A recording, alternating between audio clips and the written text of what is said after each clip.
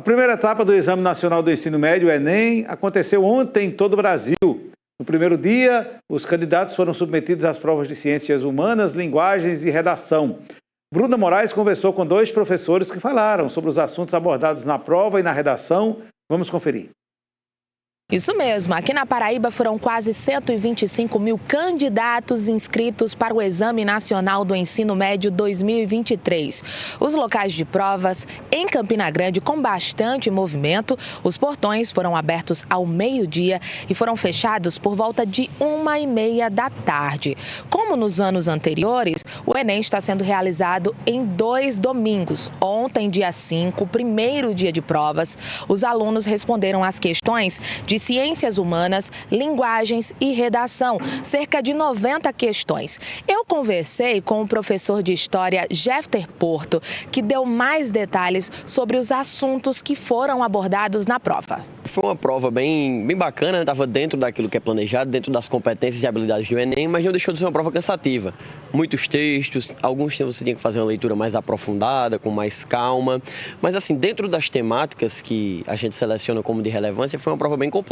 Trabalhou questões sobre povos indígenas. O grande foco da prova, acredito, foi a questão de gênero, da mulher, né? Falar sobre a questão de desigualdade de gênero, violência de gênero. Então, a prova abordou bastante questões relativas à mulher na sociedade, mas não deixou de tratar de temas como escravidão, racismo, povos indígenas, cultura indígena, até a história da Palestina caiu um pouco. Então, foi uma prova bem completa e foi uma prova que, assim, no ritmo que ela vem tomando, está se tornando uma prova cada vez mais interpretativa. O aluno não tem que decorar tanto, não fica com aquele conhecimento enciclopédico, mas sim uma prova que o aluno tem que contextualizar, desenvolver capacidade crítica sobre determinados assuntos. Dentro dos temas abordados, né, por exemplo, a prova trouxe a ditadura militar, que fazia muito tempo que tinha sido abordada. Foi uma surpresa?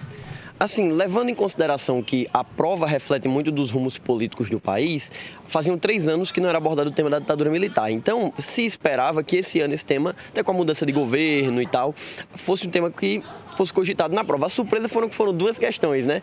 2 questões tratando sobre sindicalização rural, né? Os sindicatos rurais e também sobre questão de censura, repressão e tudo mais. Já a prova de redação é sempre uma das mais aguardadas no exame e este ano ela trouxe como tema os desafios para o enfrentamento da invisibilidade do trabalho de cuidado realizado pela mulher no Brasil.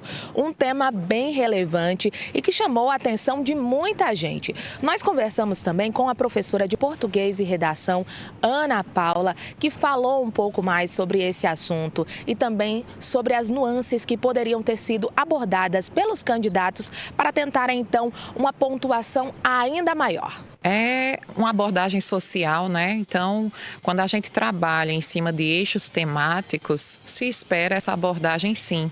Novamente, a questão da mulher, né?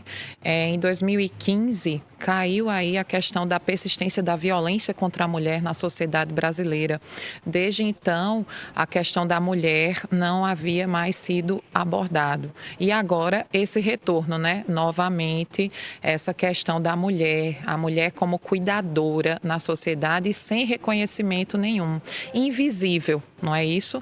Então, os desafios enfrentados na nossa sociedade para enfrentar justamente essa invisibilidade presente, né? Que é a questão da mulher hoje, ela tem uma dupla jornada de trabalho, ela tem uma profissão aí desde o início aí do século XX, porém ela continuar com seus afazeres domésticos, né? De cuidadora da casa, da família, dos filhos e não ter aí nenhum reconhecimento por isso, sendo obrigação, né, na sociedade, a sociedade brasileira patriarcal tem ainda como se fosse uma obrigação só do papel da mulher, né, reger por esse cuidado da família. Diferente, por exemplo, do marido, do esposo, do pai, que também trabalha fora, mas que chega em casa, muitas vezes vai assistir TV, descansar, né, e a mulher não, a mulher que tem essa dupla jornada de trabalho. Então, um tema bastante importante, interessante, realmente invisível para a nossa sociedade, mas ocorre diariamente, né, em todos os lares, se a gente for observar. Então, uma abordagem muito importante aí dessa temática do Enem. Então, o aluno ele teria que observar todas essas questões, né? pautar na palavra desafios, na palavra invisibilidade, na palavra enfrentamento, que são palavras-chave presentes nesse tema.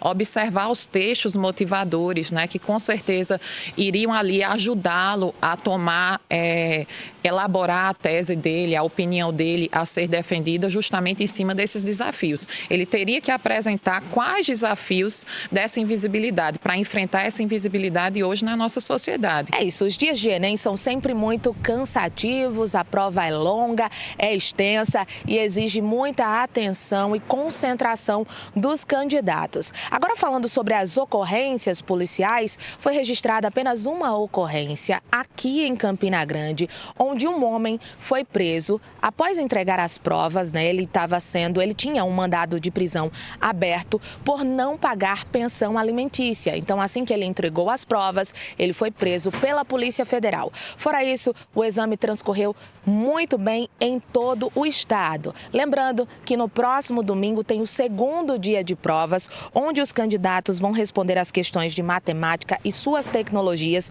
e também ciências da natureza e suas tecnologias. Bruna Moraes para a Rede Ita.